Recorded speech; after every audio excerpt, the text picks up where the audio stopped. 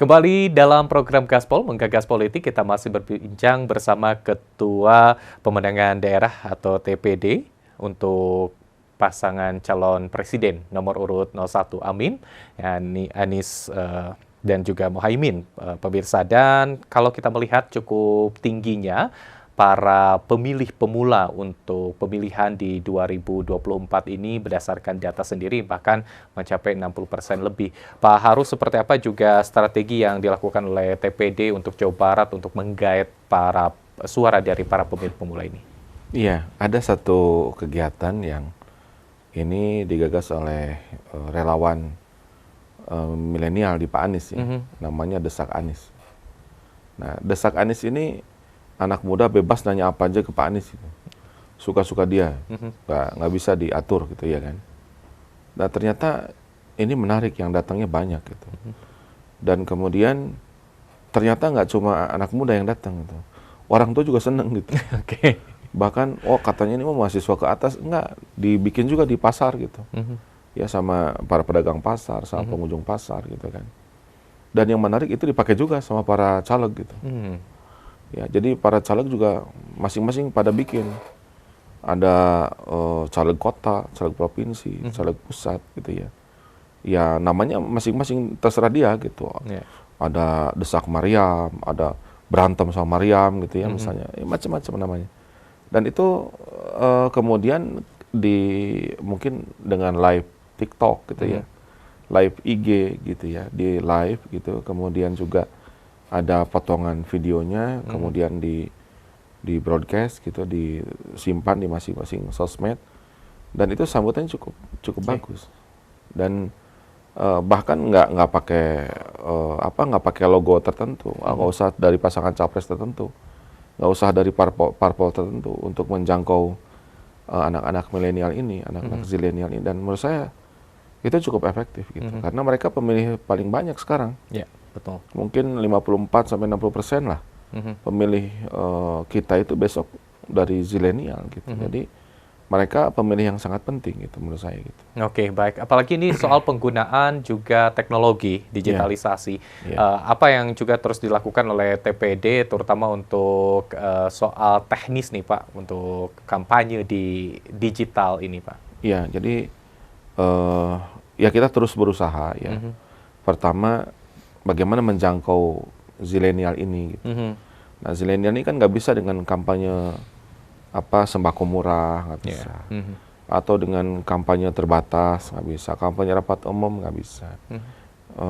Mereka adanya di kafe, adanya di screening influencer gitu. Adanya di tempat di mana mereka suka gitu. Dan sukanya yang ngobrol dan bahasanya bahasa mereka. Gitu kan. Alhamdulillah sekarang Pak Anies juga mulai punya pendukung di TikTok gitu kan, dengan Anies Bubble gitu kan, pendukung K-pop gitu ya. Jadi saya kira itu pemilih baru gitu. Itu yang kita harapkan bisa menjadi pasar baru dari pendukung 01. Jadi kita sih optimis, mudah-mudahan kita juga di zilenial gitu ya, di pemilih pemula, di sosmed gitu ya. Apalagi tadi saya katakan debat 2014, debat 2019 dengan 2020 itu beda. Gitu. Jadi kita menaruh harapan cukup besar. Dampak dari debat itu, debat capres, debat cawapres itu untuk meningkatkan elektabilitas pasangan 01. Oke, baik. Dan kalau kita melihat riuh rendah tentunya juga pasca debat biasanya ini hadir di media sosial ya Pak Haru ya. Tapi kalau cukup banyak gesekan antar para pendukung dari pasangan calon, dan kalau melihat nih Pak di Jawa Barat sendiri ini untuk tetap menjaga pemilu yang tetap damai, apa yang juga mungkin terus disampaikan oleh tim pemenangan daerah agar kondusivitas terutama pemilu di Jawa Barat ini tetap terjaga nih Pak. Iya, biasanya yang dihimbau untuk damai kan parpol, pasangan tim pemenangan pasangan capres. Itu mah sudahlah, Bawaslu begitu, KPU begitu, Polda begitu. Sekarang giliran saya agar aparat sipil negara, penyelenggara pemilu, aparat penegak hukum agar melaksanakan sumpahnya untuk netral, supaya kualitas pemilu kita ini berkualitas baik. Ya, jadi jangan cuma nanti pasangan capres ini damai dong gitu. Parpol ini udah damai kita mah. Aman insya Allah, nggak ada masalah apa-apa. Justru yang kita harapkan tadi, profesional para penyelenggara pemilu, penyelenggara pemerintahan, ya, aparat penegak hukum, itu yang kita harapkan juga. Jadi sama-sama lah gitu kan. Cuma kan kita nggak bisa minta fakta integritas gitu. Coba tanda tangan kan nggak bisa. Kita cuma bisa menghimbau agar semua pihak, mari kita jaga pemilu ini tetap luber dan jurdil gitu. Itu yang kita harapkan. Dan insya Allah dengan demikian, insya Allah akan aman. Tapi kalau misalnya ada memulai gitu, ya kan, oknum aparat aparat sipil negara, aparat penegak hukum, aparat penyelenggara pemilu, cawe-cawe gitu ya, ini jadi rumit nanti urusannya. Gitu. Oke, baik.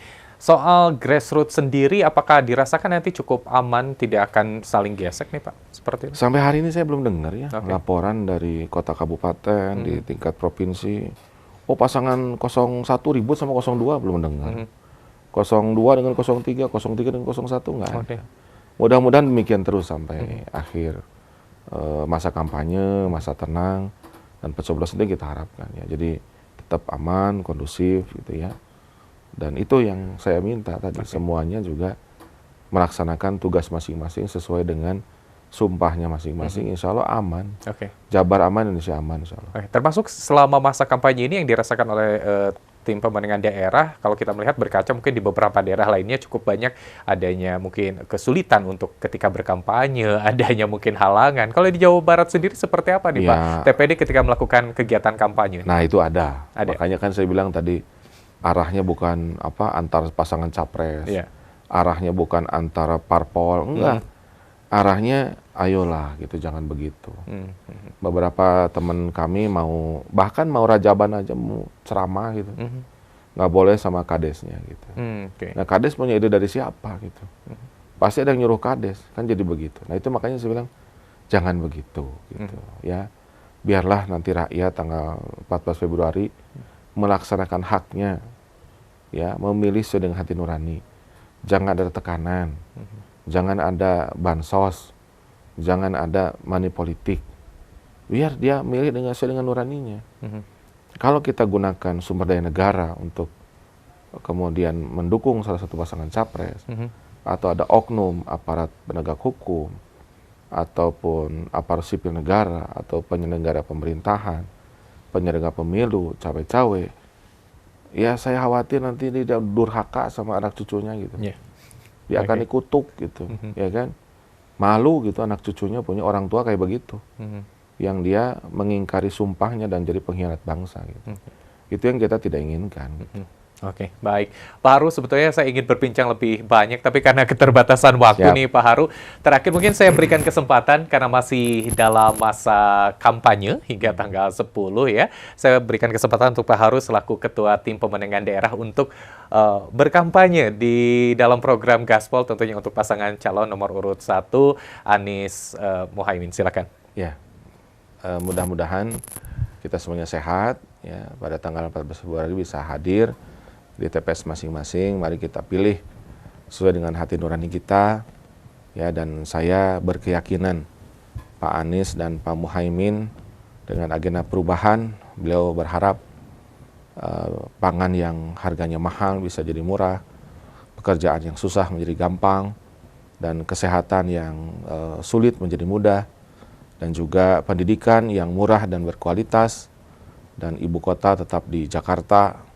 Dan mudah-mudahan tadi seperti disampaikan oleh Pak Anies pada debat yang terakhir, kita ingin para pemimpin satu kata hati dan perbuatan, dan juga menghadirkan keadilan agar munculnya persatuan dan negara hadir, dan negara welas asih kepada rakyatnya sendiri. Dan mudah-mudahan dengan demikian Indonesia tetap waras gitu ya, dan kembali menjadi negara yang maju, yang sukses ke depan, dan bisa menjadi negara yang menjadi contoh dan teladan kebanggaan bagi kita semuanya.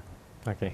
Ketua Tim Pemenangan Daerah Jawa Barat untuk pasangan calon nomor urut 1, Anies Baswedan dan Muhaimin Iskandar, Pak Harus Wandaru. Terima kasih, hatur nuhun. Pak Harus sudah hadir dalam program Gaspol. Sehat terus, Pak Harus. Amin. Sama-sama, Kang. Dan pemirsa, itu dia perbincangan kita untuk bersama Ketua Tim Pemenangan Daerah Paslon nomor urut 1. Dan jangan sampai lewatkan juga besok kita akan mengundang untuk tim pemenangan daerah pasangan calon nomor urut 02 untuk Prabowo Gibran dan juga lusa kita juga akan mengundang untuk tim pemenangan daerah pasangan calon nomor urut 03 Ganjar Mahfud.